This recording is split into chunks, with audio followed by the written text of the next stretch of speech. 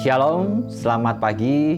Kembali bersama Pak Yusak dalam Renungan Iman Kristiani buat kalian siswa-siswi SMA Negeri 9 Malang.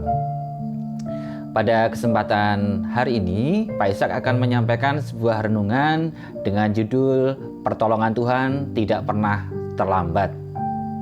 Tapi sebelumnya, yuk kita berdoa. Terpujilah Engkau ya Allah ya Bapa, Allah yang baik, Allah yang kami kenal dalam pribadi Yesus Kristus. Kami mengucap syukur Tuhan untuk kasih setia-Mu yang kami rasakan dalam kehidupan kami. Hari demi hari kami lewati dengan penyertaan-Mu ya Bapa. Kami mengucap syukur Tuhan untuk segala kasih setia-Mu. Saat ini Tuhan, anak-anak-Mu akan merenungkan firman-Mu. Mari Tuhan hadir dalam hati dan pikiran kami, mampukan kami menyampaikan firman-Mu ini dengan baik, dan terutama mampukan kami untuk melakukan firman-Mu ini dalam kehidupan kami sehari-hari. Di dalam menyebut nama Tuhan kami, Yesus Kristus, kami sudah berdoa dan mengucap syukur. Haleluya, puji Tuhan, amin.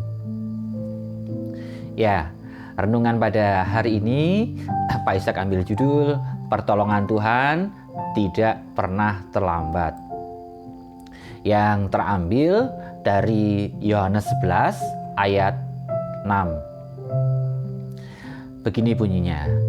Namun setelah didengarnya bahwa Lazarus sakit, ia sengaja tinggal 2 hari lagi di tempat di mana ia berada.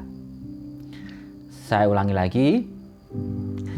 Namun setelah didengarnya bahwa Lazarus sakit, ia sengaja tinggal 2 hari lagi di tempat di mana ia berada. Ya, ayat ini bercerita tentang Lazarus, orang yang dihidupkan kembali oleh Tuhan Yesus.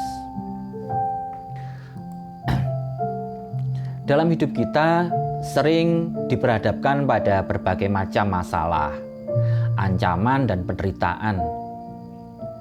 Saat ini, pandemi COVID juga menjadi salah satu masalah yang kita hadapi. Semua warga di dunia, di negara, di sekitar kita ya, menghadapi masalah akibat pandemi COVID-19 ini. Pandemi ini bermasalah tidak hanya dalam segi kesehatan, tapi semua sektor terimbas oleh masalah pandemi ini. Kita sebagai manusia pasti berharap Tuhan segera menolong kita untuk melenyapkan pandemi ini secepatnya. Demikian juga masalah lain yang sedang kita hadapi. Kita menantikan pertolongan Tuhan. Seringkali kita merasa pertolongan Tuhan lama sekali. Kita sudah tidak sabar menunggu. Rasanya kita sudah tidak bisa lagi bertahan. Alkitab mengisahkan Lazarus sakit. Maria dan Marta mengabarkannya kepada Yesus. Namun, justru ketika Yesus mendengar tentang Lazarus yang sakit, dia sengaja menunda 2 hari lagi untuk datang ke rumah Lazarus. Secara logika manusia, bukankah seharusnya Yesus bergegas ke tempat Lazarus untuk menolong dan menyembuhkannya dari sakitnya? Apakah pertolongan Tuhan terlambat? Cara dan waktu Tuhan untuk menolong kita memang tidak dapat dipahami secara akal dan logika kita. Secara manusia, menunda 2 hari lagi, Lazarus akan semakin parah atau bahkan mati. Dan memang ketika Yesus tiba di sana, Lazarus sudah mati. Bahkan sudah dibaringkan di gua yang merupakan kubur orang meninggal pada waktu itu.